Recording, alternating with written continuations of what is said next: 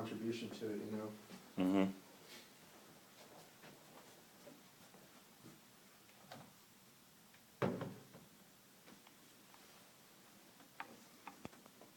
Do you want this in your office, the hard drive?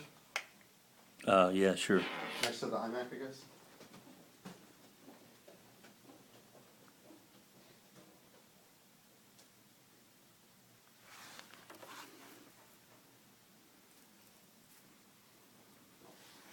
It's on the second shelf. Cool.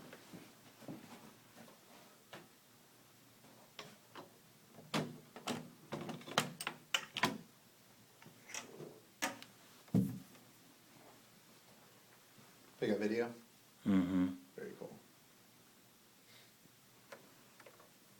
Make sure you take a look at these two, where these are positioned line. They're just according to that. What's up with the telephone cables?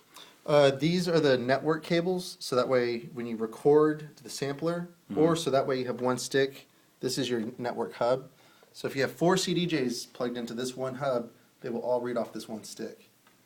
And that's how they do it, is through that. You can just go direct CD player to CD player if you want, but that disables the sampling. Okay. Cool. All right.